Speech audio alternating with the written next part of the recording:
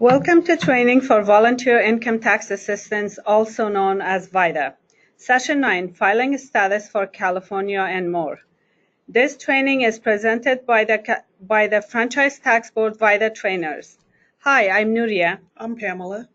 The Franchise Tax Board is proud to offer this series of training videos. This is the 9th of 11 sessions and the second in a 4-part discussion about California income tax returns. If you have questions, please contact your local VITA coordinator, but feel free to reach out to FTB's VITA team at 800-522-5665 or by email at volunteercoordinator@ftb.ca.gov. Thanks for watching. Okay, let's get started. In this session, we will cover filing status for California, credits specific to California, and standard and itemized deductions. Filing status for California. As a rule, your clients must use the same filing status for their California return as on their federal return. However, we will discuss some exceptions now. Same-sex married couples have a legally recognized marital union and must follow the married filing joint requirements. Married couples must file their income tax returns using one of the following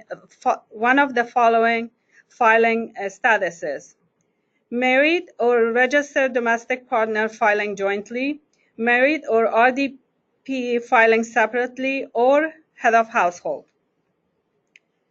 If clients file a joint return for federal purposes, they may file separately for California if either spouse was one of the following: an active member of the United States Armed Forces or any auxiliary military branch during the taxable year, a non-resident for the entire year with no income from California sources during the taxable year.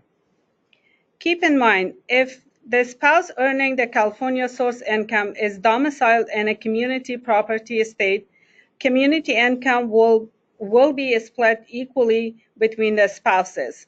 Both spouses will have California income based on community property rules.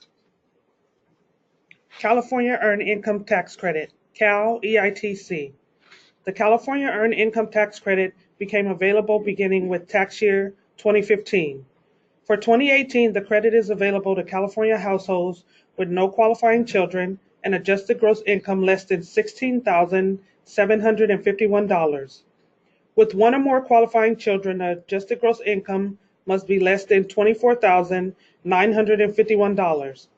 Beginning January 1st, 2017 and after, California conforms to federal on self-employment income being considered as earned income for the purpose of calculating the allowable Cal EITC. Age parameters for the 2018 tax year have changed as well. For 2018, anyone between the age of 18 and up is eligible to receive the Cal EITC if all other qualifications are met. Each taxpayer who qualifies for Cal EITC will need to fill out Form 3514 and submit with their tax return.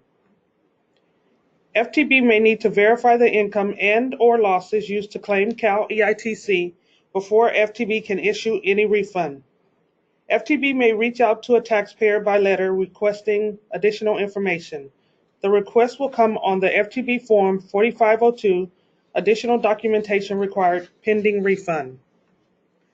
Renter's Credit. Renter's Credit is available for single filers with an AGI of $41,641 or less and joint filers with adjusted gross income of $83,282 or less.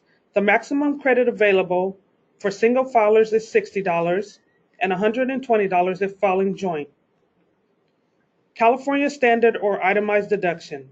Taxpayers are not required to claim deductions for California, even if claimed for federal.